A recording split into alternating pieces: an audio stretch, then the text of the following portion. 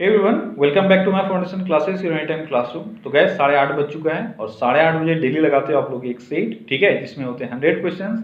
तो आज हम लोग एक और सेट इसमें करने जा रहे हैं, तो जल्दी से आप सभी आ जाओ क्योंकि ये सेट आपके बिहार ईएसआई एग्जाम जो होने वाला है और बिहार एसआई उन सभी के लिए बेहद इंपॉर्टेंट है। और कोई भी एग्जाम जहाँ पे भी जीके पूछा जाएगा उन सभी एग्जाम के लिए ये बेहद इंपॉर्टेंट है, ठीक है। तो जल्दी से आप सभी लाइव आ जाओ, उसके बाद फिर हम लोग स्टार्ट करते हैं आज का सेट। तो चलिए स्टार्ट करते हैं। तो आज का हमारा पहला क्वेश्चन है, एक न्यूक्लिक अम्ल किसमें होते हैं, यानी न्यूक्लिक एसिड किसमें होते हैं। बहुत ही अच्छा क्वेश्चन है, ठीक है। देखो इसमें बहुत सारे बच्चे गलत कर देते हैं आंसर। न्यूक्लिक एसिड देखो एक्चुअली में जो सेल में पाए जाते हैं वो दो तरह के होते हैं, आपको पता है, एक डीएनए के फॉर्म में और एक आरएनए के फॉर्म में, ठीक है। तो बहुत जगह आपको आंसर सिर्फ केंद्रक मिलेगा, लेकिन आपको ध्यान रखना है कि डीएनए और आरएनए इस दो फॉर्म में न्यूक्लिक एसिड पाया जाता है, इसलिए आपका जो सही आंसर है वो होगा केंद्रक और कोशिका द्रव्य यानी साइटोप्लाज्म, ठीक है। साइटोप्लाज्म में भी पाया जाता है और केंद्रक में भी पाया जाता है। केंद्रक में डीएनए और साइटोप्लाज्म में आपका आरएनए। अगला क्वेश्चन है, श्वसन केंद्र कहाँ स्थित होता है। श्वसन केंद्र हमारे मस्तिष्क के किस पार्ट में स्थित होता है या फिर फेफड़े में स्थित होता है, कहाँ होता है ये आपको बताना है। तो यह मेडुला ऑब्लोंगेटा में स्थित होता है, मस्तिष्क में। बहुत सारे बच्चे इसमें फेफड़े सोच लेते हैं, फेफड़ा हमारा श्वसन केंद्र नहीं है, ठीक है। अगला क्वेश्चन है, कुत्ते के शरीर में क्रोमोसोम की संख्या होती है। कुत्ते के शरीर में क्रोमोसोम की संख्या होती है कितनी, चलिए बताओ कितनी होती है। ये होती है 78। कितनी होती है? 78 या 39 पेयर। ये दोनों चीजें आपको याद रखनी है, क्लियर है। अगला क्वेश्चन है, आरएनए का मुख्य कार्य है। आरएनए का मुख्य कार्य क्या है? तो प्रोटीन संश्लेषण में सहायता करना, यह है आरएनए का मुख्य कार्य। अगला क्वेश्चन है, डीएनए का मूल मात्रक क्या है। डीएनए का मूल मात्रक क्या है? यहाँ पे दो चीजों में कंफ्यूजन हो सकता है, न्यूक्लियोसाइड्स और न्यूक्लियोटाइड्स, ठीक है। तो डीएनए का जो मूल मात्रक है वो है न्यूक्लियोटाइड्स। कंफ्यूज मत करना, नहीं तो एग्जाम में गलत कर दोगे, ठीक है। अगला क्वेश्चन है, निम्न में से पौधों में आनुवांशिक सुधार के लिए निर्धारण करती है। मतलब पौधों में अगर आनुवांशिक सुधार करना है तो इसमें हम लोग क्या यूज करेंगे, या कौन सा एक ऐसा, इसमें आपको जो 4 ऑप्शन दिए हुए हैं, एक ऐसा सिस्टम है जिसके थ्रू हम लोग पौधों में आनुवांशिक सुधार कर सकते हैं। तो ये आपका टिश्यू कल्चर। क्या है? टिश्यू कल्चर, ठीक है। अगला क्वेश्चन है, हाल ही में जारी बौद्धिक संपदा सूचकांक में भारत को कौन सा स्थान मिला है। बौद्धिक संपदा सूचकांक में भारत को कौन सा स्थान प्राप्त हुआ है? कौन सा स्थान प्राप्त हुआ है? ये हुआ है 40वां स्थान प्राप्त। टोटल 53 देश उसमें शामिल थे। ये 2020 का सूचकांक है। अगला क्वेश्चन है, जीन का आकार होता है। जीन का आकार कैसा होता है? तो जीन का आकार स्पाइरल शेप का होता है, यानी सर्पाकार का होता है। अगला क्वेश्चन है, एचआईवी में किस तरह का आरएनए या डीएनए पाया जाता है। बहुत ही अच्छा क्वेश्चन। एचआईवी जो एचआईवी वायरस है, ठीक है, इसमें किस तरह का आरएनए या डीएनए पाया जाता है, कैसा उसका स्ट्रक्चर होता है, कैसा होता है? सिंगल स्ट्रैंडेड आरएनए पाया जाता है। उसमें क्या पाया जाता है? सिंगल स्ट्रैंडेड आरएनए, क्लियर है। अगला क्वेश्चन है, कोशिका में भोजन या ग्लूकोज का ऑक्सीकरण कहाँ होता है। आसान सा क्वेश्चन है, जल्दी बताओ। ये होता है माइटोकॉन्ड्रिया में, ठीक है, इसलिए इसको powerhouse of the cell भी कहते हैं। अगला क्वेश्चन है, राष्ट्रपति रामनाथ कोविंद ने हाल ही में किसे अंतर्राष्ट्रीय गांधी पुरस्कार से सम्मानित किया है। अंतर्राष्ट्रीय गांधी पुरस्कार से किसको सम्मानित किया गया है? किसको किया गया है? ये किया गया है डॉक्टर एन.एस. धर्मशक्तु को, ठीक है। अगला क्वेश्चन है, आलू किस कुल का है। आलू किस फैमिली को बिलोंग करता है, ये आपको पता नहीं। किस फैमिली से बिलोंग करता है आलू? ये है सोलेनेसी फैमिली। कौन सा फैमिली है? सोलेनेसी। अगला क्वेश्चन है, वनस्पति कोशिका का प्राणी कोशिका का अंतर, वनस्पति कोशिका तथा प्राणी कोशिका का अंतर किसकी उपस्थिति से स्पष्ट होता है। किसकी उपस्थिति से स्पष्ट होता है, ये आपको बताना है। कौन सा चीज है वो है कोशिका भित्ति। प्राणी कोशिका यानी एनिमल सेल में कोशिका भित्ति नहीं होता है, लेकिन वनस्पति सेल यानी प्लांट सेल में कोशिका भित्ति यानी सेल वॉल होता है। अगला क्वेश्चन है, अधिकांशतः प्रयोग किया जाने वाला प्रतिजैविक पेनिसिलिन बनता है। तो पेनिसिलिन हम लोग किस चीज से एक्सट्रैक्ट करते हैं? पहले भी मैंने बताया हुआ है, किससे एक्सट्रैक्ट करते हैं पेनिसिलिन? तो ये हम लोग कवक से एक्सट्रैक्ट करते हैं। किससे? कवक से यानी फंगस से। और उस फंगस का नाम क्या है? Penicillium notatum. ठीक है, ये भी याद रखना, पेनिसिलियम नोटेटम उस फंगस का नाम है। अगला क्वेश्चन है, सूक्ष्म जीवाणुओं से प्राप्त वे तत्व कौन से हैं जिनका उपयोग सूक्ष्म जीवाणुओं को नष्ट करने के लिए किया जाता है? सूक्ष्म जीवाणु से ही प्राप्त वो तत्व है और सूक्ष्म जीवाणुओं को नष्ट करने के लिए ही उसका यूज किया जाता है। वो कौन सा है? उसको हम लोग प्रतिजैविक या एंटीबायोटिक बोलते हैं। क्या बोलते हैं? एंटीबायोटिक। ठीक है। अगला क्वेश्चन है, निम्न के द्वारा दूध खट्टा किया जाता है। तो दूध खट्टा कैसे होता है? किस चीज से होता है? बैक्टीरिया, वायरस, प्रोटोजोआ, निमेटोडा, किससे होता है? ये होता है बैक्टीरिया। लैक्टोबैसिलस नाम तो आप जान ही रहे होंगे। ठीक है, ये बैक्टीरिया है जिसके कारण दूध खट्टा होता है। अगला क्वेश्चन है, विडाल परीक्षण किसके लिए निर्देशित है? विडाल परीक्षण किसके लिए करते हैं? ये करते हैं टाइफाइड के लिए। ठीक है, और एलिसा टेस्ट करते हैं एड्स के लिए। अगला क्वेश्चन है, पैरासीटामोल उपयोग में लाया जाता है। जब भी आपको बुखार होता है सबसे पहले आप क्या लेते हो? आप लेते हो पैरासीटामोल। ठीक है, तो पैरासीटामोल किस चीज के लिए यूज करते हैं? यहाँ पे 4 ऑप्शंस में से शरीर के दर्द निवारण के लिए। जब भी आपके शरीर में दर्द होता है, हल्का सर्दी होता है, फीवर होता है, तो आप पैरासीटामोल लेते हो। ठीक है। अगला क्वेश्चन है, निम्नलिखित में से कौन सी दवा एंटीबायोटिक है? इन चारों में से कौन सी दवा एंटीबायोटिक है, ये आपको बताना है। कौन सा है? पेनिसिलिन एक एंटीबायोटिन है, एंटीबायोटिक है। अगला क्वेश्चन है, किण्वन है। किण्वन, यहाँ पे किण्वन का तात्पर्य है ईस्ट से आपका। ठीक है, ईस्ट को बहुत बार किण्वन बोला जाता है। किण्वन एक प्रोसेस भी है जिसको हम लोग फर्मेंटेशन प्रोसेस बोलते हैं। ठीक है, तो यहाँ पे किण्वन है और ऑप्शन अगर देखोगे तो यहाँ पे आपको कुछ ना कुछ दिया हुआ है, इस कारण से यहाँ पे किण्वन का मतलब ईस्ट आप लोगे।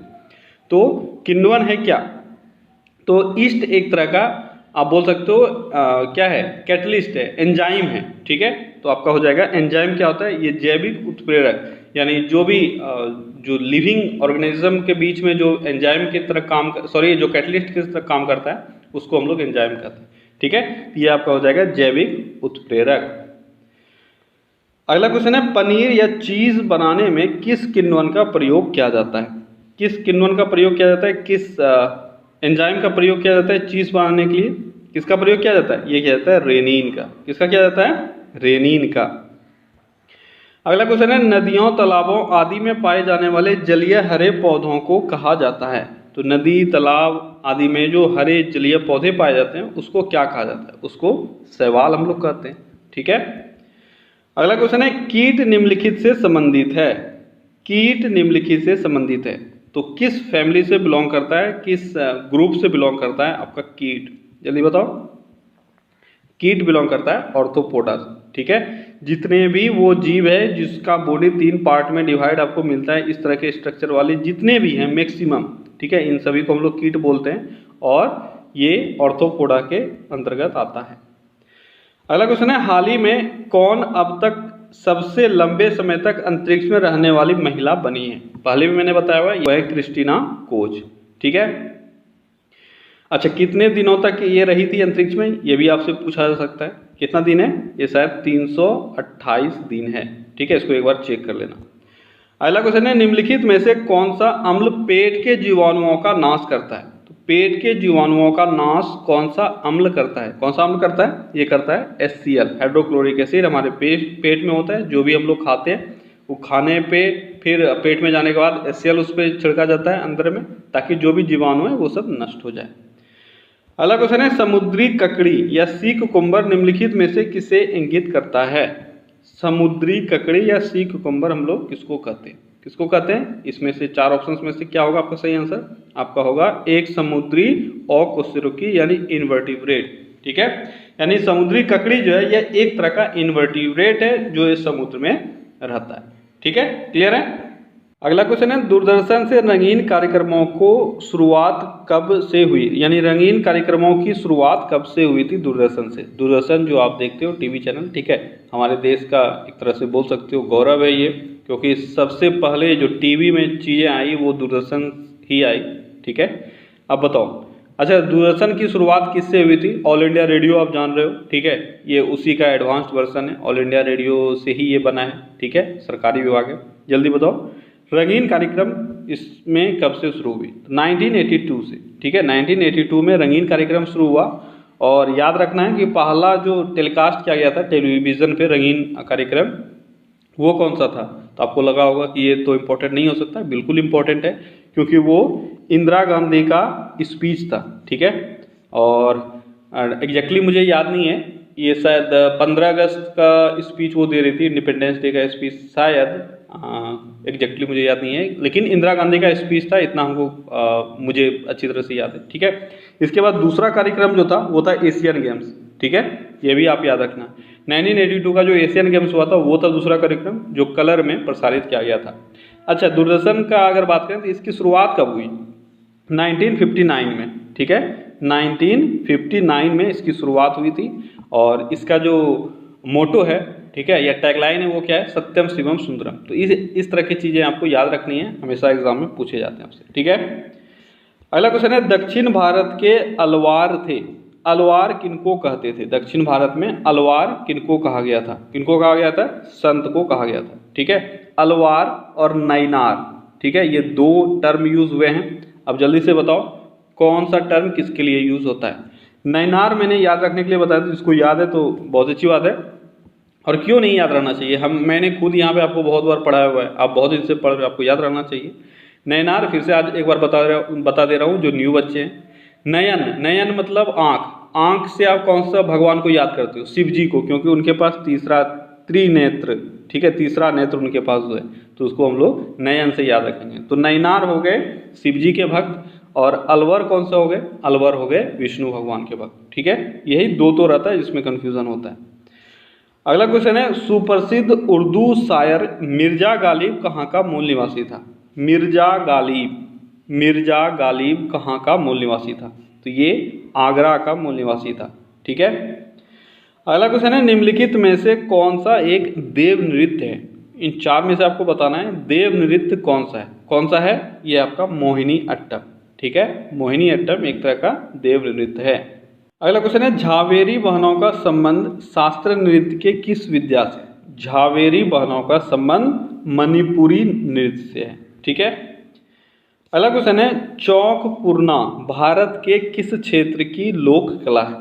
चौकपुरना, चौकपुरना किस क्षेत्र की लोक कला है, किस क्षेत्र की है, यह है उत्तर प्रदेश की। अगला क्वेश्चन है, प्रसिद्ध गायिका पिनाज मसानी, पिनाज मसानी किस गायकी से संबंधित हैं। पिनाज मसानी या किस गायकी से संबंधित है, किस गायकी से संबंधित हैं ये, तो ये संबंधित हैं गजल गायकी से, ठीक है। अगला क्वेश्चन है, निम्नलिखित में से कौन तंत्री वाद्य यंत्र है। कौन तंत्री वाद्य यंत्र है, कौन सा है इसमें, जल्दी बताओ क्या होगा सही आंसर। सही आंसर होगा संतूर। देखो, मृदंग, तबला, शहनाई और संतूर, इन सब में से अलग कौन सा है, आपका संतूर है। इसमें क्या होता है, इसमें आपका उसको क्या बोलते हैं, वायर, ठीक है, इसमें वायर होता है। अगला क्वेश्चन है, मधुबनी लोक कला किस राज्य से संबंधित है। मधुबनी नाम सुनकर आपको पता चल गया होगा किस राज्य से संबंधित है, जल्दी बताओ। बिल्कुल सही, ये बिहार राज्य से संबंधित है, ठीक है, मधुबनी कला शैली। अगला क्वेश्चन है, प्रसिद्ध चित्र मोनालिसा किससे चित्रित किया गया, सॉरी किसने चित्रित किया। मोनालिसा को लियोनार्डो दा विंची ने चित्रित किया था। अगला क्वेश्चन है, सबसे प्राचीन वेद कौन सा है। बहुत ही टफ क्वेश्चन, किसी को नहीं आता होगा। ऋग्वेद को हम लोग सबसे प्राचीन वेद कहते हैं, नहीं है ना, किसी को नहीं आ रहा होगा ये।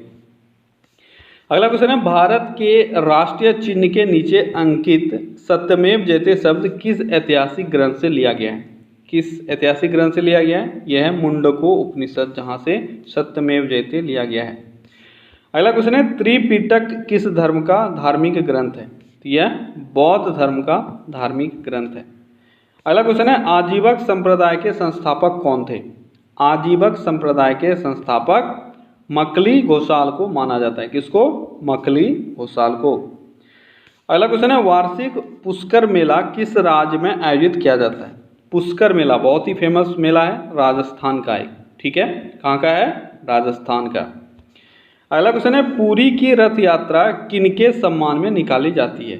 पुरी की रथ यात्रा किनके सम्मान में, तो कृष्णा, सुभद्रा व बलराम के सम्मान में निकाली जाती है। अगला क्वेश्चन है नवरोज किन लोगों का नववर्ष है?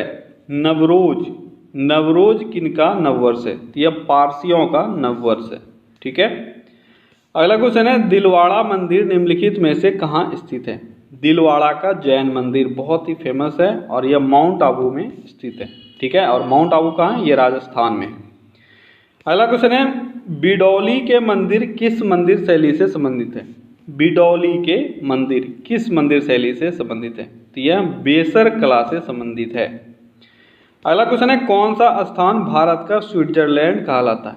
भारत का स्विट्जरलैंड किस स्थान को कहा जाता है? किसको कहा जाता है? ये कहा जाता है कौसानी को। ठीक है। अगला क्वेश्चन है भारत में प्राचीनतम तारामंडल गृह है। भारत में प्राचीनतम तारामंडल गृह यानी आप तारामंडल गृह को इंग्लिश में क्या बोलते हैं हम लोग? प्लेनेटोरियम। ठीक है। तो यहाँ का सबसे पुराना प्लेनेटोरियम कहाँ स्थित है? कहाँ स्थित है? ये कोलकाता में स्थित है।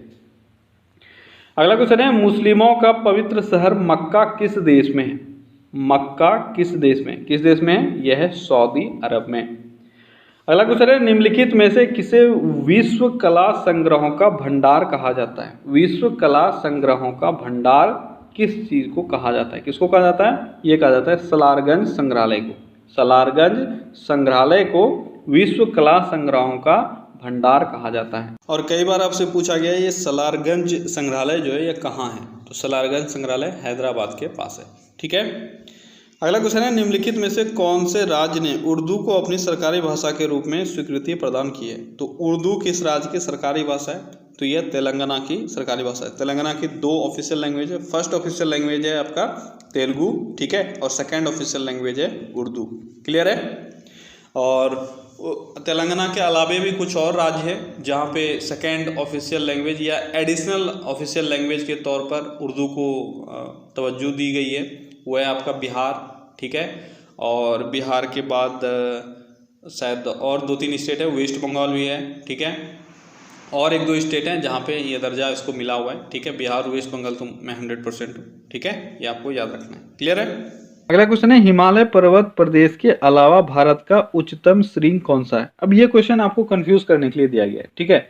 यहाँ पे डायरेक्ट क्वेश्चन भी आपसे पूछा जा सकता था कि दक्षिण भारत की सबसे ऊंची चोटी कौन सी है, लेकिन आपसे वो नहीं पूछा गया। आपसे पूछा गया हिमालय के अलावे कौन सी है। तो हिमालय के अलावे जब 4 ऑप्शन में से आप देखोगे तो आपको अनायमुडी ही मिलेगा। ठीक है। जो सबसे ऊंची चोटी है, यह है दक्षिण भारत की सबसे ऊंची चोटी। अगला क्वेश्चन है ऐसे आकाशीय पिंडों को जो ग्रहों से बहुत छोटे होते हैं लेकिन जिनकी कक्षाएं मंगल और बृहस्पति के बीच होती है क्या कहा जाता है? तो पूरा का पूरा डेफिनेशन एस्ट्रॉइड का आपका यहाँ पे दिया हुआ है। ठीक है। तो आपका आंसर क्या हो जाएगा? आपका आंसर हो जाएगा एस्ट्रॉइड। ठीक है। चलिए बढ़ते हैं अगले क्वेश्चन की तरफ। अगला क्वेश्चन है भारत सरकार के वार्षिक कर राजस्व किस स्रोत से सर्वाधिक प्राप्त होता है? तो भारत सरकार का जो वार्षिक कर राजस्व है किस स्रोत से सबसे अधिक प्राप्त होता है? तो यह आपका आय और निगम कर। ठीक है। अगला क्वेश्चन है स्वशर्त उपलब्धियां प्रणालियों का निकट का संबंध निम्नलिखित क्षेत्रों में से किस क्षेत्र से है? स्वशर्त उपलब्धि प्रणालियों का निकट संबंध किस क्षेत्र से है? तो ये क्षेत्र है आपका केबल टीवी नेटवर्क। ठीक है। CAS का संबंध किससे है? यह है टीवी नेटवर्क का। ठीक है। CAS का फुल फॉर्म क्या हुआ? ये हुआ कंडीशनल एक्सेस सिस्टम। क्या हो गया? Conditional access system. ठीक है। अगला क्वेश्चन है पुलित्जर पुरस्कार किस क्षेत्र में उत्कृष्ट योगदान के लिए दिया जाता है? क्या कौन सा पुरस्कार है? पुलित्जर पुरस्कार। तो किस क्षेत्र में दिया जाता है पुलित्जर पुरस्कार? ये दिया जाता है पत्रकारिता के क्षेत्र में। ठीक है। अगला क्वेश्चन है एलिफेंटा दर्रा जो बहुत चर्चित रहा कहाँ स्थित है? आसान सा क्वेश्चन है। एलिफेंटा दर्रा कहाँ स्थित है? ये स्थित है श्रीलंका में। अगला क्वेश्चन है United national human development index यानी HDI क्या है? यूनाइटेड नेशंस यानी UNHDI ह्यूमन डेवलपमेंट इंडेक्स ये क्या है? तो ह्यूमन डेवलपमेंट इंडेक्स हर साल जारी भी होता है और ये है क्या, ये आपको बताना है। तो क्या है? जल्दी से आंसर करो, सारे ऑप्शंस को पढ़ो और आंसर करो।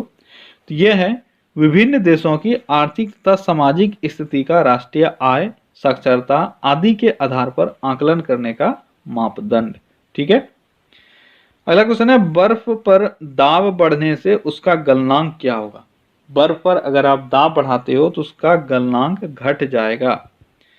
अगला क्वेश्चन है, सूर्य उदय होते समय व डूबते समय लाल क्यों दिखाई देता है?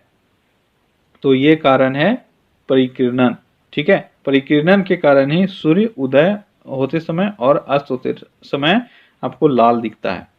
अगला क्वेश्चन है, घरों में विद्युत संयंत्र जोड़े जाते हैं तो आपका जो इलेक्ट्रिक वायरिंग है घर का, ठीक है, वायरिंग जो किया जाता है यह किस में किया जाता है? श्रेणी में किया जाता है, पैरेलल में किया जाता है, यानी समांतर में, या मिश्रित में, किस में? तो ये किया जाता है पैरेलल में। ठीक है। अगला क्वेश्चन है, लोहे में जंग लगना है एक, लोहे में जंग लगना कैसी क्रिया है? आसान सा क्वेश्चन है, यह एक रासायनिक क्रिया है। ठीक है। अगला क्वेश्चन है, फ़ारेनहाइट तथा सेल्सियस माप किस तापमान पर बराबर होता है? तो यह है -40 डिग्री सेल्सियस। अगला क्वेश्चन है, ध्वनि की गति सर्वाधिक होती है तो ध्वनि की गति सबसे अधिक आपके चारों ऑप्शन में से सबसे अधिक किसमें होगी? तो ये होगी स्टील में। अगला क्वेश्चन है, सोडियम को मिट्टी के तेल में क्यों रखा जाता है? सोडियम को आप जानते हो मिट्टी के तेल में रखा जाता है, क्यों? अब यहाँ पे दो ऑप्शन आपको कंफ्यूज कर सकता है, एक हवा में इसका ऑक्सीकरण होने लगता है और दूसरा हवा में यह जलना प्रारंभ कर देता है, आरंभ कर देता है। तो आपका सही आंसर क्या होगा? आपका सही आंसर होगा बी, हवा में इसका ऑक्सीकरण होने लगता है। ठीक है, जैसे ही ये ऑक्सीजन के संपर्क में आता है तो इसका ऑक्सीकरण होने लगता है। अब ये ऑक्सीकरण इसका होना, ऑक्सीडाइजेशन इसका होना एक एक्सोथर्मिक रिएक्शन है जिसके कारण से आपका आग भी उत्पन्न होता है, बहुत अधिक एनर्जी उत्पन्न होता है। तो यहाँ पे ये जो ऑप्शन है हवा में जलना प्रारंभ कर देता है, ये ज्यादा अप्रोप्रिएट नहीं है, आपका बी ऑप्शन ज्यादा अप्रोप्रिएट है। अगला क्वेश्चन है, चेचक के टीके का आविष्कार किसने किया था? तो एडवर्ड जेनर ने चेचक के टीके का आविष्कार किया था। अगला क्वेश्चन है, शरीर में ऑक्सीजन की पूर्ति कौन करता है? तो आरबीसी जो है यह शरीर में ऑक्सीजन की पूर्ति करता है। अगला क्वेश्चन है, मनुष्य के शरीर में हृदय को एक बार धड़कने के लिए कितना समय लगता है? हृदय को एक बार धड़कने में कितना समय लगता है? बहुत ही अच्छा सा क्वेश्चन है। ठीक है, अब यहाँ पे आपके पास ऑप्शन ऐसा है जो आप चाह के भी कंफ्यूज नहीं हो सकते हो, यहाँ पे आपको बहुत ही आसानी से कंफ्यूज किया जा सकता था।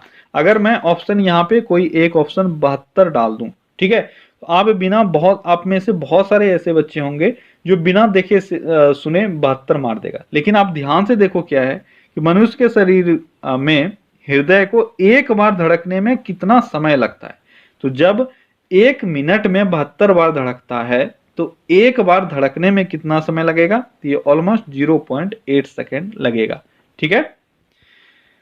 अगला क्वेश्चन है, पश्चिम से पूर्व की ओर हिमालय का विस्तार कहां से कहां तक है? पश्चिम से पूर्व की ओर हिमालय का विस्तार कहां से कहां तक फैला हुआ है? तो ये नंगा पर्वत से लेकर नामचा बरवा तक फैला हुआ है। कहां से कहां तक? नंगा पर्वत से लेकर नामचा बरवा तक। ठीक है। अगला क्वेश्चन है, निम्नलिखित में से वह जानवर कौन सा है जो भारत में हाल ही में लुप्त हो गया है? इन चारों ऑप्शन में से अगर आप देखोगे तो आपका सही आंसर होगा चीता। ठीक है, चीता को एक लुप्त प्राय जानवर घोषित कर दिया गया है, लेकिन भारत में अभी भी चीते हैं पर ऑन पेपर ये लुप्त हो चुके हैं। अगला क्वेश्चन है, निम्नलिखित में से किस गैर संसद सदस्य को संसद को संबोधित करने का अधिकार है? वो कौन सा गैर संसद सदस्य है? आसान सा क्वेश्चन है, वो है भारत का महान्यायवादी।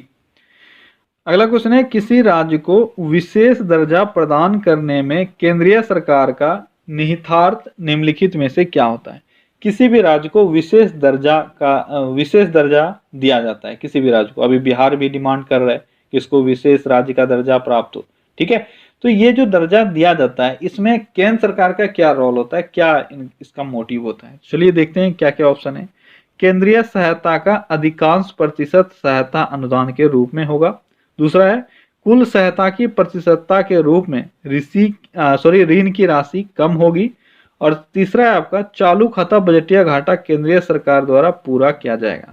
इसमें से आपका सही आंसर होगा वो होगा उपरोक्त में से ए और बी दोनों। ठीक है, ए और बी आपका सही आंसर होगा, यानी अधिकांश प्रतिशत जो है वह अनुदान के रूप में सहायता किया जाएगा और कुल सहायता की प्रतिशतता के रूप में ऋण की राशि कम होगी।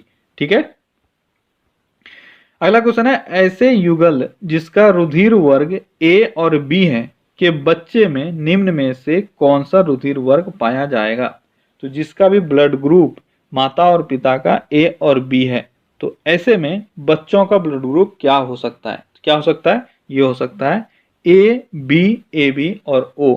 ठीक है, देखो मैंने जब आपको बायो पढ़ाया था वहां पे मैंने इसको डिटेल से बताया हुआ है कि माता पिता का क्या क्या ब्लड ग्रुप हो सकता है और बच्चों में संभावित ब्लड ग्रुप कौन कौन सा हो सकता है। अगला क्वेश्चन है, चंडीगढ़ का वास्तुविद ले कार्बूजियर किस देश का नागरिक था? तो ले कार्बूजियर किस देश का नागरिक था? ये था फ्रांस का। ठीक है, और ले कार्बूजियर कौन है? ये है चंडीगढ़ का आर्किटेक्ट। अगला क्वेश्चन है, निम्नलिखित में से कौन सा एक संक्रामक रोग नहीं है? तो कौन सा संक्रामक रोग नहीं है? हैजा, क्षय रोग, डिप्थीरिया या टिटनेस? तो इसमें से टिटनेस है जो संक्रामक रोग नहीं है। अगला क्वेश्चन है, यदि मांग की आय लोच 1 से अधिक है तो पण्य या वस्तु होगी?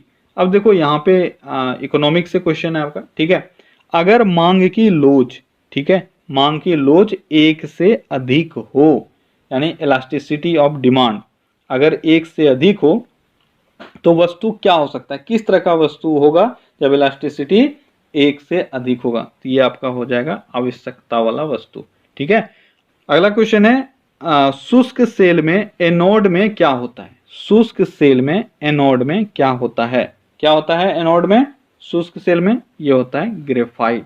ठीक है, अगला क्वेश्चन है, किस रोग में रक्त का थक्का नहीं बनता है? किस रोग में रक्त का थक्का नहीं बनता है? तो ये आपका हीमोफीलिया रोग। ठीक है, ये हीमोफीलिया रोग जो है ये जनरली पुरुषों में होता है, पर महिलाओं में भी इसको देखा जाता है, लेकिन रेयर केस में। ठीक है, अगला क्वेश्चन है, निम्नलिखित में से विटामिन B1 कौन सा है? तो विटामिन B1 का रासायनिक नाम यहाँ पे आपको दिया हुआ है और विटामिन B1 का रासायनिक नाम होता है थायमीन।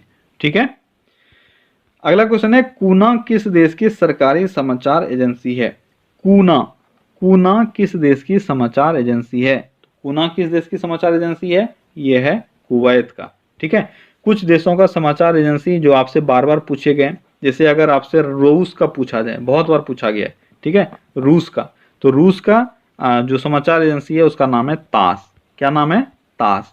ठीक है, इसके बाद रूस के बाद अगर आपसे पूछा जाता है, जैसे ईरान का अगर पूछा जाए, ठीक है, दूसरा आप नोट डाउन अगर करना चाहो तो कर लो, ईरान का है इरना। क्या है? इरना। आसान सा है, नाम के साथ रिलेटेड है, आपको याद भी हो जाएगा। ठीक है, उसके बाद फिलिस्तीन का भी आपसे पूछा जाता है, फिलिस्तीन का अगर पूछा जाए तो ये है वाफा। क्या है? वाफा। ठीक है, चीन का भी आपसे पूछा जाता है, चीन का है सिन्हुआ। क्या है चीन का? चीन का है सिन्हुआ। ठीक है, ये भी आप याद रखना। और भारत का क्या है? भारत की समाचार एजेंसी कौन सी है? सरकारी समाचार एजेंसी यह है यूनी वार्ता। क्या है भारत की? भारत की है यूनी वार्ता। ठीक है, तो इसको तो आप बहुत अच्छे से याद रखना ही रखना। ठीक है, अगला क्वेश्चन है, राजतरंगिणी में किस क्षेत्र का इतिहास वर्णित है?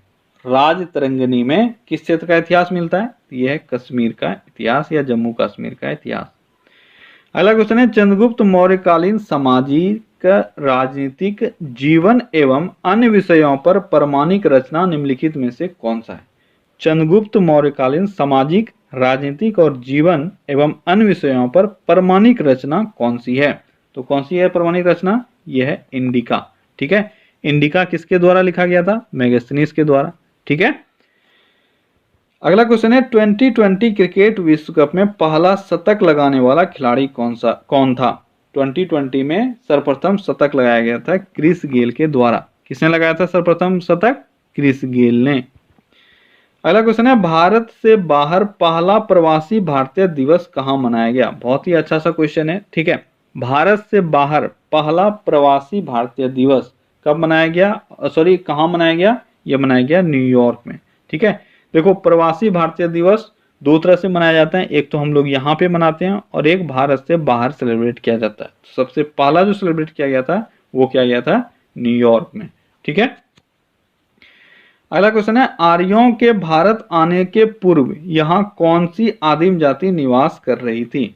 आदिम जातियों के बारे में मैंने डिटेल से एक्सप्लेन किया हुआ है। ठीक है, हिस्ट्री का जब मैं डिटेल स्टार्ट मैंने किया था तो वहाँ पे मैंने आदिम जातियों के बारे में बहुत ही अच्छे से समझाया हुआ है। ठीक है, तो आपको यहाँ जो क्वेश्चन पूछा जा रहा है उसका आंसर करो अगर आता है तो। ठीक है, क्या बोला जा रहा है कि भारत में आर्यों के आने से पहले कौन सी आदिम जाति निवास कर रही थी? ये था द्रविड़, जिसको हम लोग मूल भारतीय जनजाति भी कहते हैं। अगला क्वेश्चन है, निम्नलिखित ग्रहों को उनके उपग्रहों की संख्या के अवरोही क्रम में सही सही लिखिए। ठीक है, उपग्रहों की संख्या के अवरोही क्रम, आरोही क्रम मतलब बढ़ते हुए क्रम, अवरोही क्रम मतलब घटते हुए क्रम। सबसे पहले आपको उसका नाम लिखना है जिसके पास सबसे अधिक उपग्रह है। तो अगर आप लोग करंट से अपडेट हो तो आपको पता होगा कि सबसे अधिक उपग्रह अब बृहस्पति के पास नहीं है। सबसे अधिक उपग्रह अब है शनि यानी सेटर्न के पास। ठीक है, शनि के पास पहले 62 उपग्रह था और बृहस्पति के बाद पास पहले 67 था, फिर बाद में 79 हो चुका था, लेकिन सबसे ज्यादा बृहस्पति के पास ही था। लेकिन अभी लेटेस्ट 2019 में 20 और उपग्रह शनि का खोजा गया और ये अब टोटल हो गया 82, जहां बृहस्पति रह गया 79। ठीक है, सबसे अधिक उपग्रह किसके पास है? शनि के पास, यानी 3 नंबर होना चाहिए सबसे आगे, तो आपका डी ऑप्शन सही हो सकता है। चलिए सारे एक बार मैच करके देख लेते हैं। बृहस्पति के पास कितना मैंने बताया? 79, तो ये दूसरे स्थान पे है। उसके बाद वरुण, वरुण यानी नेपच्यून, नेपच्यून के पास है 13 उपग्रह। और फिर आपका है मंगल, मंगल के पास है 2 उपग्रह, फोबोस और डिमोस। ठीक है, तो आपका ये है चौथे स्थान पे। तो आपका सही ऑप्शन जो है वो हो जाएगा डी। ठीक है, अगला क्वेश्चन है, पृथ्वी का विषुवतीय व्यास लगभग कितना है? विषुवतीय व्यास यानी इक्वेटोरियल डायमीटर आपसे पूछा जा रहा है। तो विषुवतीय व्यास पृथ्वी का कितना है? यह है 12,750 किलोमीटर यहाँ पे होगा। ठीक है, ऐसे एक्चुअल में इसका क्या, यहाँ पे आपको देख लो, जो सबसे पास है वही आपका आंसर होगा। एक्चुअल में 12,756 किलोमीटर। ठीक है, यह है आपका विषुवतीय यानी इक्वेटोरियल। अगर आपसे यहाँ पे ध्रुवीय पूछा जाता, पोलर व्यास पूछा जाता, पोलर डायमीटर पूछा जाता, तो ये होता 12,714 किलोमीटर। ठीक है, दोनों के बीच में गैप अगर आपसे पूछा जाए कितना किलोमीटर का अंतर है, तो ये हो जाएगा आपका 42 किलोमीटर। ये तीनों चीजें आपसे एग्जाम में पूछे जा चुके हैं और आगे भी पूछे जाएंगे। अगला क्वेश्चन है, वृत्ताकार आकृति वाला और USSR द्वारा सर्वप्रथम छोड़ा गया भू उपग्रह कौन सा था? एक बार डायरेक्ट ये क्वेश्चन पूछा गया कि शेप कैसा था, तो शेप था इसका वृत्ताकार। और नाम क्या है, जल्दी बताओ नाम क्या है? यह है स्पुतनिक। ठीक है, तो स्पुतनिक का शेप जो था वो था वृत्ताकार। अगला क्वेश्चन है, उपग्रह की कक्षीय अवधि समानुपातिक होती है। उपग्रह की कक्षीय अवधि यानी किसी भी सैटेलाइट का जो ऑर्बिटल टाइम होता है, टाइम पीरियड होता है, वह किसके समानुपाती होता है? तो याद रखना इंपॉर्टेंट है, ये होता है r⁴/2। क्या होता है? r⁴/2। ये इसके समानुपाती होता है उसका ऑर्बिटल टाइम। ठीक है, अगर पलायन वेग पूछा जाए तो पलायन वेग कक्षीय वेग का, ये जो कक्षीय अवधि है, यहाँ पे ध्यान रखना ये कक्षीय अवधि है। और मैं अभी बोल रहा हूँ पलायन वेग जो होता है वो कक्षीय अवधि का, सॉरी कक्षीय वेग का √2 टाइम्स होता है। ठीक है, अगर कुछ भी उसका ऑर्बिटल स्पीड होगा तो उसका पलायन वेग, उस उपग्रह का पलायन वेग हो जाएगा उसका √2 टाइम्स। ठीक है, अगला क्वेश्चन है, बहत कहाँ की मुद्रा है? आसान सा क्वेश्चन है, बहत कहाँ की मुद्रा है? तो इन चारों ऑप्शन में से आपको मिलेगा थाईलैंड। ठीक है, थाईलैंड का मुद्रा है बहत। अगला क्वेश्चन है, ग्लेशियर में बर्फ हमेशा निम्न में से कहाँ से पिघलती है? तो ग्लेशियर में बर्फ हमेशा कहाँ से पिघलती है? ये पिघलती है सबसे निचले स्तर से। अगला क्वेश्चन है, दोआब शब्द से आप क्या समझते हैं? दोआब, आपने हिस्ट्री में बहुत बार दोआब क्षेत्र पढ़ा होगा। तो दोआब का मतलब क्या होता है? दो भिन्न नदी व्यवस्था के बीच की भूमि। अगला क्वेश्चन है, वेदांतगल पक्षी विहार कहाँ है? वेदाधांगल भी कहीं पे आपको लिखा हुआ मिल सकता है। तो वेदांतगल या वेदाधांगल पक्षी विहार जो है वह है तमिलनाडु में। ठीक है, अगला क्वेश्चन है, राष्ट्रीय पर्यावरण अभियांत्रिक अनुसंधान संस्थान कहाँ पर अवस्थित है? राष्ट्रीय पर्यावरण अभियांत्रिक अनुसंधान संस्थान ये कहाँ पर स्थित है? ये स्थित है नागपुर में। ठीक है, अगला क्वेश्चन है, निम्नांकित में से कौन सी गर्म धारा है? तो जलधारा के बारे में मैंने आपको बोला हुआ है कि जलधारा याद कर लो, यहाँ से क्वेश्चन बनते हैं। तो गर्म जलधारा कौन सी है? तो ये आपका ब्राजील की जलधारा, मैंने बताया हुआ था, ये अटलांटिक महासागर की जलधारा है और ये गर्म जलधारा है। ठीक है, और जो भी जलधारा है सबको आप याद करो, मैं बार बार यही बोलूंगा, एग्जाम में ये सब क्वेश्चन अगर आ जाता है तो आपके लिए बहुत ही अच्छा बात है। ठीक है, और दूसरा मैं अगर यहाँ पे सारे ऑप्शंस को अगर देखूं, कैलिफोर्निया की जलधारा ये आपकी ठंडी जलधारा है, ठीक है। इसके बाद है ब्राजील, मैंने बता दिया। बेंगुएला की जलधारा ये भी ठंडी जलधारा है। लेब्राडोर की जलधारा ये भी ठंडी जलधारा है। तो सारे यहाँ पे ठंडी जलधारा है, बस एक ही गर्म जलधारा है, वो है ब्राजील की जलधारा। अगला क्वेश्चन है लोयस किस प्रकार की मिट्टी है? लोयस किस प्रकार की मिट्टी है? किस प्रकार की मिट्टी है? यह है पवन निक्षेपित मिट्टी। अगला क्वेश्चन है निम्नलिखित में से किस अधिनियम द्वारा भारत में सांप्रदायिक निर्वाचन मंडल लागू किया गया? तो सांप्रदायिक निर्वाचन मंडल सबसे पहले भारत में लागू किया गया था सन 1909 में, ठीक है, मार्ले मिंटो सुधार, जिसमें से मार्ले जो था वो था सचिव और मिंटो जो था वो था उस वक्त का गवर्नर, ठीक है। और 1909 में जो ये सांप्रदायिक निर्वाचन मंडल लागू किया गया, इसके तहत मुस्लिमों को पृथक निर्वाचन क्षेत्र प्रदान किया गया था। अगला क्वेश्चन है वित्तीय उत्तरदायित्व अधिनियम का उद्देश्य अधिनियम के अनुसार होना चाहिए। तो वित्तीय उत्तरदायित्व अधिनियम का उद्देश्य किस तरह का होना चाहिए? किस तरह का होना चाहिए? ये होना चाहिए राज्य सरकारों को केंद्रीय योजनाओं के क्रियान्वयन के प्रति उत्तरदायी बनाने वाला, ठीक है, ये होना चाहिए वित्तीय उत्तरदायित्व अधिनियम का उद्देश्य। अगला क्वेश्चन है निम्नांकित में से कौन सा मुद्रास्फीति के नियंत्रण की विधि नहीं है? तो निम्नांकित में से मुद्रास्फीति के नियंत्रण का विधि कौन सा नहीं है? कौन सा नहीं है मुद्रास्फीति के नियंत्रण का विधि? यह है ब्याज दर को कम करना। रेस्ट जो भी आपको दिख रहा है, ठीक है, ये सब मुद्रास्फीति को नियंत्रण करने का विधि हो सकता है, जैसे मांग पर नियंत्रण करना, मुद्रा की पूर्ति का नियंत्रण करना, वस्तुओं की राशनिंग। लेकिन ब्याज दर को कम करने से कोई फायदा नहीं होगा, क्योंकि ब्याज दर को कम करने से मार्केट में और पैसे बढ़ेंगे और मुद्रास्फीति में हमें मार्केट से पैसों को कम करना होता है। अगला क्वेश्चन है उत्पादन के 4 कारक हैं। उत्पादन के 4 कारक कौन कौन से हैं? कौन कौन से हैं उत्पादन के 4 कारक? ये हैं भूमि, श्रम, पूंजी और संगठन, ठीक है। उत्पादन के 4 कारक कौन कौन से हो सकते हैं? भूमि, श्रम, पूंजी और संगठन। अगला क्वेश्चन है भारत के प्रधानमंत्री, ये प्रधानमंत्री नहीं पूर्व प्रधानमंत्री, ठीक है, भारत के पूर्व प्रधानमंत्री डॉक्टर मनमोहन सिंह गोह नामक गांव में पैदा हुए थे। यह कहाँ स्थित है? तो आप सभी को पता होना चाहिए, देश तो कम से कम पता होना चाहिए। जो पूर्व प्रधानमंत्री थे मनमोहन सिंह, उनका जन्म जो है वह पाकिस्तान में हुआ था, ठीक है। पाकिस्तान में कहाँ हुआ था? गोह नामक गांव में, ठीक है। तो ओके गाइस, तो ये था आज का आपका टॉप 100 क्वेश्चंस। आई होप कि आपको सेट अच्छा लगा होगा और आज का सेट कंपैरेटिवली इजी होगा, ठीक है। तो चलिए कल फिर से मिलते हैं हम लोग कल अगले सेट में। Till then take care, bye bye.